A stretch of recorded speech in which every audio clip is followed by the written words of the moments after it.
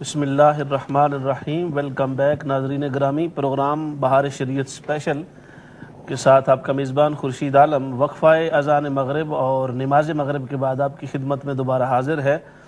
جیسے پہلے میں نے وقفہ سے عرض کیا، ہمارے جن بھائیوں اور بہنوں نے ابھی امت چینل کو آن کیا ہے اور ہمارے ساتھ بہار شریعت کے اس پروگرام میں جو اسپیشل پروگرام ہے اس میں شریک ہوئے ہیں، ان کی خدمت میں عرض کرتا چلوں کہ آج کا ہمارا یہ پروگرام خصوصی طور پہ خراج عقیدت پیش کرنے اور خدمات کا ذکر کرنے اور ان کے علم، معرفت اور مقام ولایت اور مقام امامت پر تذکرہ کرنے کے لیے امت چینل نے اس کو خصوصی طور پہ موسوم کیا ہے اور معنون کیا ہے حضرت امام موسیٰ کاظم رحمۃ اللہ تعالی علیہ کی ذات قدسیہ صفات کے ساتھ، اور ان کے ساتھ اس پروگرام کو آج خصوصی طور پہ نسبت ہے۔ جیسے حضرت شاہ صاحب نے پہلے فرمایا، بڑی تفصیل کے ساتھ ان کا ابتدائی تعارف امام پاک کا پیش کیا، اور اس کے سلسلہ میں انہوں نے یہ بات فرمائی کہ 25 رجب چونکہ آپ کا وصال مبارک ہے، اور اس مناسبت سے ہمارا جو ویک ڈیز کے دوران پروگرام آ رہا تھا وہ یہی تھا بہار شریعت۔ تو ہم نے اگرچہ ان کا پرسو ہے یوم وصال کا دن خصوصی 25 رجب کا، مگر ہم نے آج کا دن بہار شریعت اسپیشل ان کی خدمت میں پیش کرنے کے لیے اور ان کی بارگاہ میں ہدیہ سپاس اور اپنا عاجزانہ ہدیہ پیش کرنے کے لیے اس کو امت چینل نے آج کا پروگرام ترتیب دیا ہے۔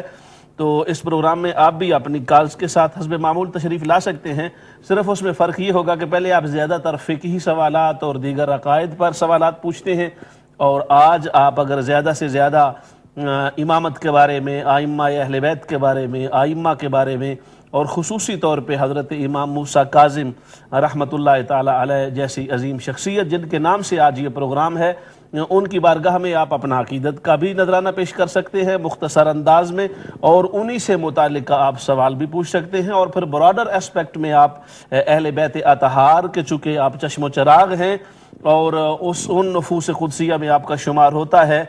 جنہیں اللہ تبارک و تعالیٰ نے 12 ائمہ کے اندر شامل فرمایا ہے۔ تو اس پر ہماری گفتگو جاری ہے۔ وقفہ پر جانے سے پہلے حسب معمول آج بھی ہمارے ساتھ اسٹوڈیو میں تشریف فرما ہے عالم اسلام کے عظیم سکالر محترم المقام سید محمد عرفان مشہدی، اور وہ ابتدائی تعارف انہوں نے پیش فرمایا وقفہ سے پہلے۔ میں اپنے محترم ناظرین کو بارے دیگر انہی کی طرف لے کے چلنا چاہوں گا تاکہ وہ ہمیں آپ کی ذات مقدسہ کے حوالے سے جو ان کا اضافی حضرت شاہ صاحب کی خدمت میں جانے سے پہلے ہمارے ساتھ ایک دوست موجود ہیں روچ ڈیل سے۔ السلام علیکم۔ کیا لے بھائی جان، ٹھیک ہو؟ جی الحمدللہ۔ سکا بڑا ہی پیارا پروگرام ہے، سانو دیکھ کے جناب بڑا روح راضی ہوندا ہے۔ سبحان اللہ، بہت روح راضی ہوندا ہے۔ اللہ تعالیٰ سلامت رکھے انہاں نے، بزرگاں نو، آمین انہاں نال دین دیا بارہ نے۔ آمین۔ جناب سوال چھوٹا جا اے وے جی کہ بیعت لفظ کی ہے؟ مسلمانوں واسطے بیعت ہونا لازمی ہے جی، اے فلانے بندے دا بیعت ہے، فلانے پیر صاحب دا بیعت ہے، جی یہ دے واسطے تھوڑی جی وضاحت کر دو، میں بڑا کنفیوز ہاں کیونکہ میں منو تک کسی نے قبول نہیں کیتا، اے کہہ لو میرا یعنی کسی دل نہیں منتا پہ میں اس بندے اتنے بیعت حاصل کرا۔ تو اللہ صاحب نے قبلوں دیکھ دیکھ کے بڑا روح راضی ہوتا جناب، اللہ تعالیٰ کی زندگی سلامت رکھے۔ تے بس اے چھوٹا ہے سوال ہے جناب۔ جی انشاءاللہ شکریہ تشریف لیان دا ساڈے نال تسی دسو، انشاءاللہ ضرور باری تے تواڈے سوال دا جواب پیش کیتا جائے گا۔ جی حضرت۔ بسم اللہ الرحمن الرحیم۔ ناظرین و سامعین، میں آپ کے سامنے آج کے اس پروگرام کا یہ حوالہ پیش کر چکا ہوں کہ ٹھیک آج منگل کا دن ہے اور جمعرات کا دن جو ہے، آنے والی جو جمعرات ہے تھرسڈے، یہ آج ہماری جو شخصیت جن پہ ہم بات کر رہے ہیں، ہمارے ممدوح باب الحوائج حضرت سیدنا امام موسیٰ کاظم بن امام جعفر صادق رضی اللہ تعالیٰ عنہ کا یوم وصال شریف تھرسڈے ہے۔ اسی مناسبت سے یہ قریب ترین جو ہمارا پروگرام ہے بہار شریعت، اس میں آج امہ چینل نے اور بالخصوص حضرت علامہ خورشید عالم صابری صاحب نے آج کے موضوع کا انتخاب کیا، اور یہ امت مسلمہ کے لیے ان کا بہت بڑا تحفہ ہے کہ انہوں نے آج ائمہ اہل بیت میں سے 7ویں امام اور حضرت امام جعفر صادق کے فرزند گرامی اور امت کا جو فخر ہے، ان کا آج وہ ان کے موضوع پر جو ہے آج کا پروگرام اسپیشل کیا گیا۔ اس پر میں نے ابتدائی طور پر ایک خاکہ آپ کے سامنے آپ کی ولادت کی تاریخ اور آپ کی وصال شریف کی تاریخ بھی پیش کی ہے اور دن بھی بتایا، لیکن آپ کی شخصیت کے حوالہ سے جو گفتگو اگر ہم کریں گے تو اس میں قرآن پاک کے آیات اور حوالہ جات بھی ہیں، اور احادیث مبارکہ صحیحہ جو رسول اللہ صلی اللہ تعالیٰ علیہ وسلم کے احکامات ہیں وہ بھی موجود ہیں، اور اس پر امت کے اجماعی اقوال بھی موجود ہیں، اور ائمہ پاک کے اقوال مبارکہ اور امت کا تعامل بھی موجود ہے کہ 14 صدیوں نے امت نے آل رسول کریم کو اپنے عقیدے میں، اپنے ایمان میں، اپنے اعمال میں اور اپنے معاشرت میں، تہذیب، تمدن اور سماج میں ان کا کیسا مقام سمجھا ہے۔ ان سب حیثیات سے اگر ہم دیکھتے ہیں حضرت امام موسیٰ کاظم کی شخصیت کو تو یہ بہت بڑا ایک مضمون ہے،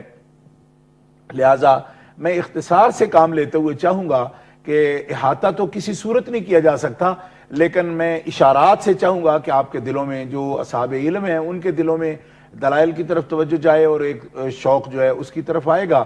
اور جو میرے جیسے ہیں کم تعلیم یافتہ لوگ ہیں ان کو انشاءاللہ ان دلائل سے ایک جو ہے روشنی نصیب ہوگی کہ کس طریقے پر ان کے بارے میں نقطہ نظر رکھنا چاہیے اور کس قسم کا ان کو آل رسول کریم کی ہمارے عقیدے میں اور ہمارے نظریے میں ان کی اہمیت، ان کی امپورٹنس کیا ہے۔ سب سے پہلے آپ یہ دیکھیں کہ قرآن مقدس نے نبی کریم علیہ السلام کے گھر والوں کو یہ مقام عطا فرمایا ہے، انما یرید اللہ لیذھب عنکم الرجس اہل البیت ویطہرکم تطہیرا، کہ جزی نیز اللہ حکم الحاکمین جل وعلا ارادہ فرماتا ہے کہ اے اہل بیت نبوت آپ سے رجس کو، ہر نامناسب بات کو آپ سے دور کر دے، جس پر اللہ راضی نہیں ہے وہ آپ کے قریب بھی نہ جانے دے۔ رجس، فواحش، منکرات، کفر، معاصی، سب کچھ اس میں آتا ہے، اس کو اللہ تعالیٰ دور فرما دے اور تمہیں پاک کر دے اہل بیت نبوت، جس طرح کے پاک کرنے کا حق ہے۔ اور پاک کرنے کا حق یہ ہے کہ چونکہ آپ اہل بیت ہیں اس پاک نبی کی جو خلاصہ موجودات ہیں، فخر کائنات ہیں، نبی الانبیاء ہیں، قائد المرسلین ہے، امام الانبیاء ہے، سید النبیین ہے، کائنات کا الطف ترین وجود ہے، الطف و انفس، یہ الفاظ میرے حضور مجدد پاک کے ہیں، سرکار کی بارگاہ میں آپ فرماتے ہیں کائنات کا الطف، اور اس سے اگر دقت محسوس کریں کوئی تو مبالغے کا حد درجے میں یہ بات جاتی ہے کہ یعنی لطیف ترین، یعنی لطافت سب سے زیادہ جس میں لطاف الطف کہتے ہیں، انفس نفیس ترین وجود،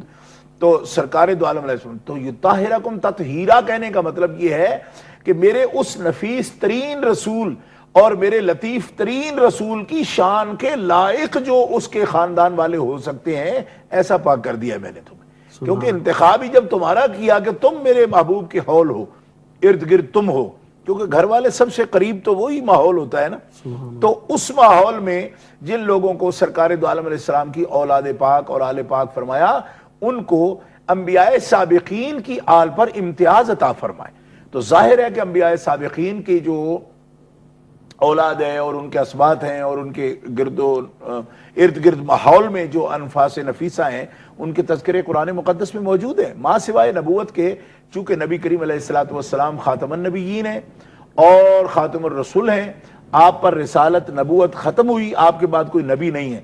اس مقام کے علاوہ جو بھی فضائل ہیں، جتنے بھی فضائل ہیں قرب ربانی کے اور محاسن اخلاق کے، وہ سب اللہ حکم الحاکمین جل وعلا نے آل پاک کو عطا فرمائے۔ یہاں پر ایک بات تو یہ ہے کہ یہ خاندان نبوت ہے، اور اس میں سے خاص طور پر کہ آج جس شخصیت کا تذکرہ کر رہے ہیں، چونکہ وہ حضرت مولا کائنات علی المرتضیٰ کی اولاد سے ہیں اور حضرت سیدہ نساء العالمین حضرت خاتون جنت کی اولاد پاک سے ہیں،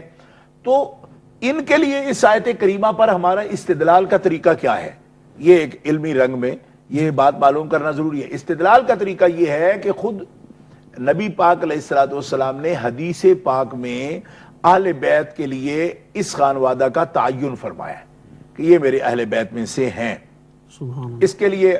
حدیث قصہ بڑی مشہور حدیث ہے جس میں نبی پاک علیہ السلام نے اپنی چادر مبارک حضرت زید بھی اس کے راوی ہیں، اور حضرت ام سلمہ رضی اللہ تعالی عنہا ام المومنین، ہماری سیدہ، ہماری مومنوں کی ماں، انہوں نے بھی اس حدیث پاک کو روایت کیا، اور یہ سیاہ ستہ شریف میں یہ حدیث پاک کثرت کے ساتھ روایت ہوئی ہے. اس وقت بھی حصول برکت کے لیے میں تھوڑا سا اشارتاً اس کی تلاوت کر دیتا ہوں.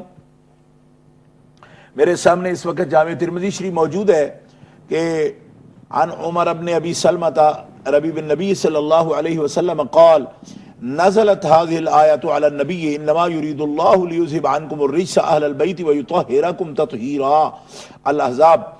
في بيت سلمة فدعا النبي صلى الله عليه وسلم فاطمة وحسنا وحسينا فجل لهم بكساء وعلي خلف ظهره فجل له بكساء ثم قال اللهم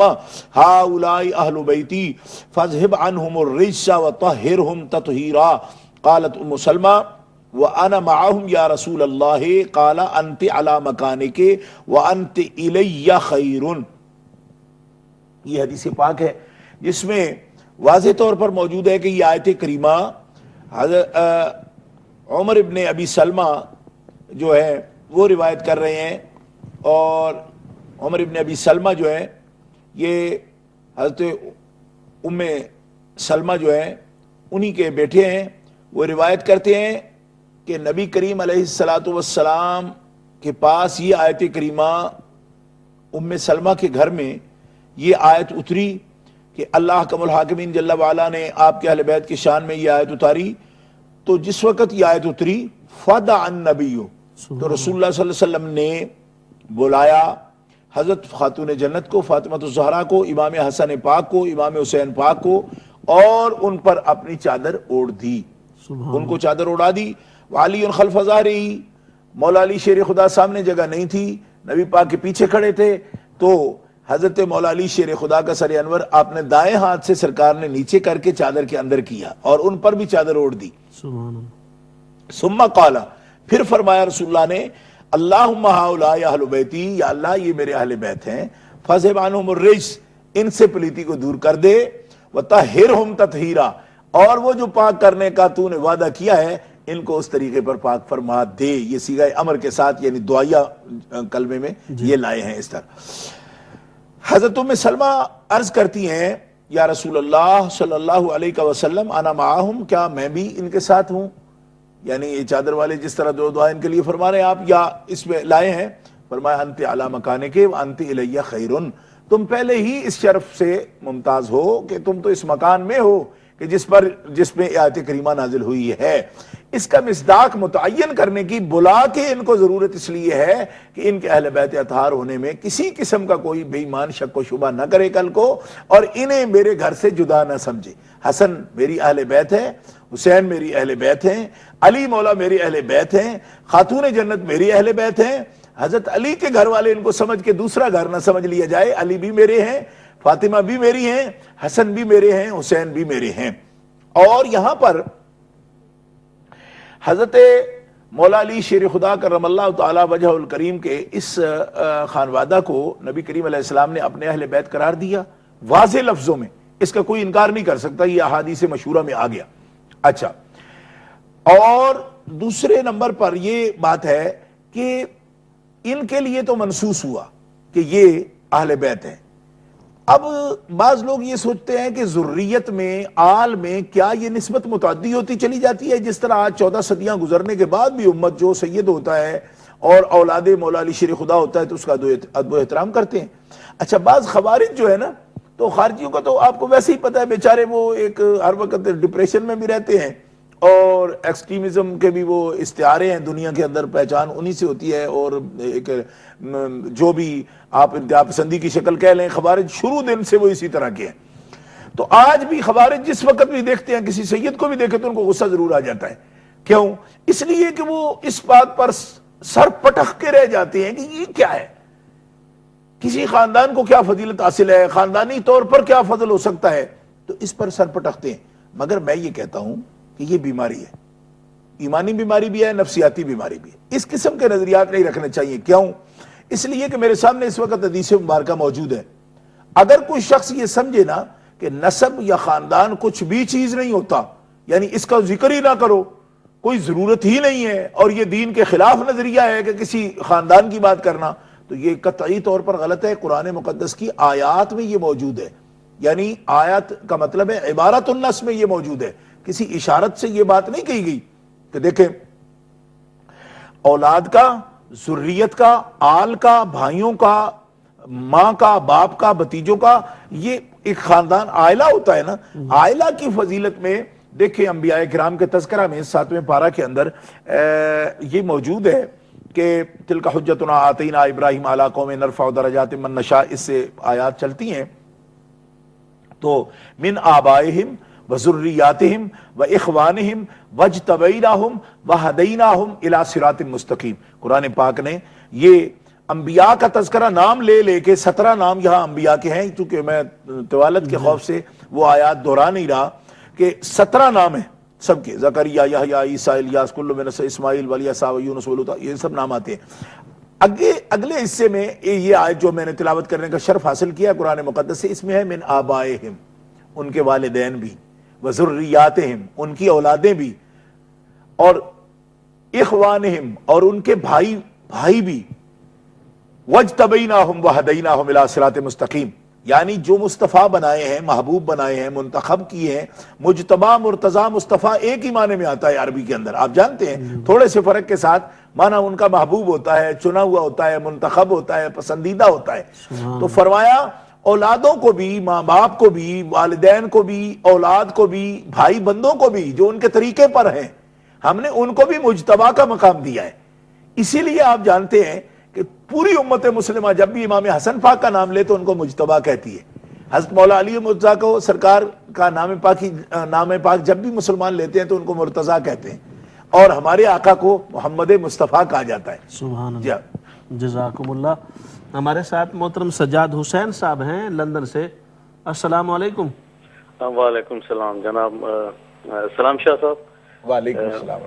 جناب ماشاءاللہ ہمارے سید زادے بڑے جو اپنے جوہر دکھا رہے ہیں، مزہ آ رہا ہے، اللہ آپ کو سلامت رکھے۔ ایک قبلہ شاہ صاحب چھوٹا سا مسئلہ ہے کہ سمت قبلہ کے بارے میں، کہ اگر ایک مسجد ہے جس کا قبلہ جان بوجھ کے ان لوگوں کو معلوم بھی ہے اور وہ قبلے کی طرف اس کا محراب نہیں ہے، میں نے خود جا کے وہاں پہ مساجد میں چیک بھی کیا ہے، اور جو ڈگری 120 ادھر سے لنڈن سے اویلیبل ہے گوگل وغیرہ پہ، اس سے بھی چیک کیا تو اس کا ڈفرینٹ ہے۔ میں نے ان سے بات بھی کی ہے لیکن وہ ماننے کو تیار نہیں۔ تو اب اس صورت میں میرے اوپر شرعی طور پہ کیا ڈیوٹی بنتی ہے کہ عامت المسلمین کو آگاہ کروں، کیونکہ میں نے ان سے خود بات کی ہے، وہ ماننے کو تو تیار نہیں، اور کیا اس مسجد میں نماز ہو سکتی ہے؟ تو آپ ذرا قبلہ وضاحت فرما دیں، جزاک اللہ، اللہ آپ کو سلامت رکھے۔ وعلیکم السلام علیکم۔ جزاکم اللہ۔ جی حضرت۔ حضرت میں یہ عرض کر رہا تھا کہ یہاں ہمارے یہاں یہ ترتیب دیکھیں کہ حضور نبی کریم صلی اللہ تعالیٰ علیہ وسلم کے لیے آپ کا اسم گرامی جب بھی مسلمان کی زبان پر آتا ہے تو قرآن مقدس نے ان اللہ اصطفیٰ آدم و نوحن کہا نا، اس مناسبت سے مصطفیٰ کا جو لقب ہے، اور یستفی من الملائکۃ یہ بھی آتا ہے قرآن پاک میں، تو رسول من الناس، تو نبی کریم علیہ السلام کے لیے مصطفیٰ کا لقب سے، نام اقدس سے آپ کو یاد کیا جاتا ہے۔ اس طرح حضرت مولا پاک کے لیے امت مسلمہ میں یہ رائج ہے کہ مرتضیٰ کا لقب بولا جاتا ہے آپ کو، اور امام حسن پاک کے لیے مجتبیٰ کا لفظ بولا جاتا ہے۔ تو یہ معنی مفہوم ان کا ملتا ہے، مصطفیٰ بھی منتخب ہوتا ہے، مرتضیٰ بھی پسندیدہ اور منتخب ہوتا ہے، مجتبیٰ بھی پسندیدہ اور منتخب ہوتا ہے اور فضیلت والا ہوتا ہے۔ تو اللہ تعالیٰ جل شانہ نے نہ صرف یہ کہ انبیاء کرام کو بلکہ ان کی فیملی کو اہمیت دی۔ دیکھیے نا، من آبائہم و ذریاتہم، یہ انبیاء تو نہیں ہیں جن کا ذکر ہو رہا ہے، کیونکہ سب انبیاء کرام علیہ السلام جو ہیں ان کے والدین انبیاء تو نہیں ہیں نا، لیکن اللہ تعالیٰ جل شانہ نے ان کے فیملی کے ذکر کو نہیں چھوڑا۔ یعنی بعض لوگ یہ سمجھتے ہیں کہ فیملی کے ذکر کے مطلب کیا ہے، تو فیملی کا مطلب قرآن میں موجود ہے۔ آل کا آپ دیکھیں، اللہ تعالیٰ جل شانہ نے لفظ آل کے ساتھ انبیاء کرام کی آل کی تعریف فرمائی ہے، اولاد کی تعریف فرمائی ہے، اگرچہ صرف آل کا لفظ جو ہے وہ انبیاء کی اولاد کے لیے نہیں بولا گیا، دیگر لوگوں کے لیے بھی لفظ آل کا آیا ہے، مگر یہاں پہ آل کا جو لفظ آتا ہے اس کے ساتھ فضیلت اور شان بیان ہوتی ہے۔ جیسا کہ آپ دیکھتے ہیں قرآن مقدس میں وقال لهم نبیہم ان آیت ملکہ ان یاتیکم التابوت فیہ سکینۃ من ربکم وبقیۃ مما ترک آل موسیٰ و آل ہارون، تحملہ الملائکہ ان فی ذالک لآیۃ لکم ان کنتم مومنین۔ یہاں پہ بنی اسرائیل کے لیے اللہ احکم الحاکمین جل وعلا نے تابوت سکینہ کا ذکر فرمایا ہے، اور تابوت سکینہ ان کے لیے وسیلہ تھا، تقدس تھا، پاکیزگی تھی، لیکن اس کے اگر آپ دیکھیں کہ اس کے اندر کیا چیز تھی اور اس کے اندر کیا مشمولات تھے اس کے، تو ملتا ہے بقیۃ مما ترک آل موسیٰ و آل ہارون، کہ وہ صندوق جو ہے تابوت سکینہ اس کے اندر تو آل موسیٰ اور آل ہارون کے تبرکات تھے، ان کی اترن تھی، پرانے کپڑے تھے، جوتیاں تھی، ان کی عصا تھا موسیٰ علیہ السلام کا، اور حضرت ہارون علیہ السلام کی جوتیوں کا جوڑا تھا۔ اور بنی اسرائیل کے لیے ان کے انبیاء کے یہ تحائف اتنے بابرکت تھے کہ اس کے وسیلے سے ان کی دعائیں قبول ہوتی تھی۔ یہاں آل کا لفظ آپ دیکھیے کس معنی میں آیا ہے، اور آل موسیٰ علیہ، اس پر حضرت امام راضی رحمۃ اللہ علیہ نے ایک بڑا نفیس نقطہ بیان فرمایا۔ آپ فرماتے ہیں کہ آل موسیٰ اور آل ہارون سے آل محمد کریم کا مقام یقیناً بلند و بالا ہے، کیونکہ جب حضور کا شان بلند ہے حضرت موسیٰ علیہ السلام سے، فضیلت ان کو قرآن پاک کی نصوص میں یہ موجود ہے کہ آپ کو فضیلت حاصل ہے، فضلنا بعض النبیین علی بعض وآتینا داؤد زبورا، یعنی قرآن واضح طور پر کہتا ہے کہ بعض انبیاء کو بعض پر ہم نے فضیلت عطا فرمائی، تلک الرسل فضلنا بعضهم علی بعض منهم من کلم اللہ ورفع بعضهم درجات، یعنی سب درجات کی جو انتہا ہے وہ ہمارے آقا جناب محمد رسول اللہ صلی اللہ علیہ وسلم پر فرمائی گئی، تو لازمی نتیجہ ہے آپ کی امت کو امتوں کا سردار بنا دیا، آپ کی آل پاک کو تمام انبیاء کی جتنی آل ہیں ان کا سردار بنایا ہے۔ اس لیے امام راضی اس نتیجہ پر فرماتے ہیں کہ جب آل موسیٰ و آل ہارون کے تبرکات جو ہیں ان کا واسطہ اللہ تعالیٰ ان کی امتوں کے حق میں، عقیدت مندوں کے حق میں قبول کرتا ہے، تو آل محمد کریم تو ان سے بلند و بالا ہے شان میں، ان کے نام اقدس کا وسیلہ بھی اللہ تبارک و تعالیٰ رد نہیں فرماتا، اور اللہ تبارک و تعالیٰ کی دعاؤں کی قبولیت کے لیے یہ وسیلہ ہے امت کا اور ذریعہ ہے، کیونکہ اللہ تعالیٰ نے ان کو وجاہت عطا فرمائی اور شان عطا فرمائی۔ جزاکم اللہ۔ ہمارے ساتھ محترم محمد اسماعیل صاحب ہیں پریسٹن سے۔ السلام علیکم۔ وعلیکم السلام، آپ دونوں علماء کو میرے طرف سے خاص سلام۔ وعلیکم السلام۔ اور میں نے ذرا تھوڑا دیری سے ٹی وی آن کیا، میرے سے دو جملے چھوٹ گئے ہیں۔ امام جعفر صادق رضی اللہ تعالیٰ عنہ کی ولادت اور وصال کی تاریخ میرے سے چھوٹ گئی ہے، تو پلیز ذرا دو جملے میں مجھے بتا دو تو آپ کی بہت بڑی مہربانی ہوگی۔ یہ امام موسیٰ کاظم رحمۃ اللہ تعالیٰ علیہ کے حوالے سے پروگرام چل رہا ہے، میرا خیال ہے آپ شاید یہی فرمانا چاہ رہے ہیں بھی ان کی تاریخ ولادت حضرت امام موسیٰ کاظم کی، اور ٹھیک ہے انشاءاللہ تعالیٰ اس پر نہیں، میں نے امام جعفر صادق رضی اللہ تعالیٰ عنہ کے بارے میں پوچھا ہے۔ اچھا ٹھیک، انشاءاللہ ان کا بھی بتاتے ہیں جی۔ جی جی انشاءاللہ بتائیں گے۔ جزاکم اللہ، شکریہ تشریف لانے کا، بہت شکریہ۔ جی حضرت آپ گفتگو کو تھوڑا سوالات کی طرف بھی ہم پھر جی انشاءاللہ میں کوشش کر رہا معذرت ہوں۔ کے ساتھ ابھی بریک کا ایک وقت ہے، اگر ٹھیک ہے، پہلے لے لیں۔ ٹھیک ہے، بالکل۔ ناظرین ہمارے پاس وقفہ کا وقت ہوا چاہتا ہے، اجازت دیجیے وقفہ کے بعد دوبارہ آپ کی خدمت میں حاضر ہوتے ہیں۔